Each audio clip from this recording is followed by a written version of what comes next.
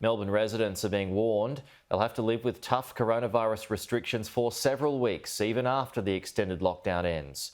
The government's QR code system is now mandatory at retail outlets to help contact tracers get on top of the outbreak. As Victoria's COVID cluster hit 60 cases, the state's acting premier delivered the news no Victorian wanted to hear. The advice of the Chief Health Officer, Professor Sutton, the current restrictions remain in place for Melbourne for a further 7 days with some small changes. There are still only 5 reasons to leave your home, including for essential work and groceries. But from midnight Thursday, Victorians will be able to travel within a 10-kilometre radius instead of 5. Year 11 and 12 students will also be back to face-to-face learning. Other restrictions, including mask wearing, remain in place.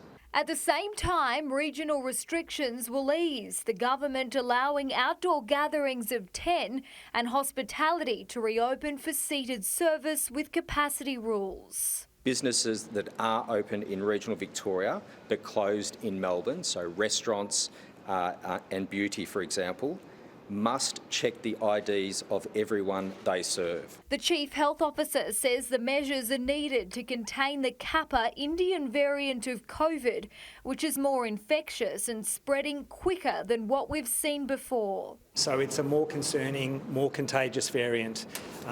It doesn't do magical things, but it is fair to say that we're seeing transmission through those fleeting exchanges, and maybe where the infectious case has left the space and another person has moved into it. That's concerning enough. But several epidemiologists have disputed the strain as behaving any differently to previous outbreaks and say language being used by the state government is inducing a level of fear that's not warranted. The numbers we've seen so far don't suggest that this is behaving as a virus hugely different to what we've seen before. It's in the same ballpark. You're saying right now that you're seeing evidence of transmission that you didn't see during Victoria's second wave.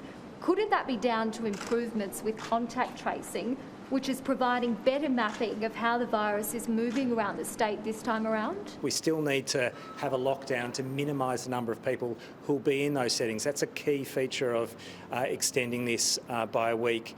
So it's not that all transmission's occurring in casual settings, it's just to illustrate that the contagiousness of this virus is not insubstantial. That type of transmission could have been happening during the second wave, we just don't know about it. Yeah, it could have been transmitting during the second wave, it probably was. I don't think it was happening to that extent. The state government only now making QR codes mandatory in supermarkets and retail outlets as Victorians await a return to life before lockdown. Julia Bradley, Sky News, Melbourne.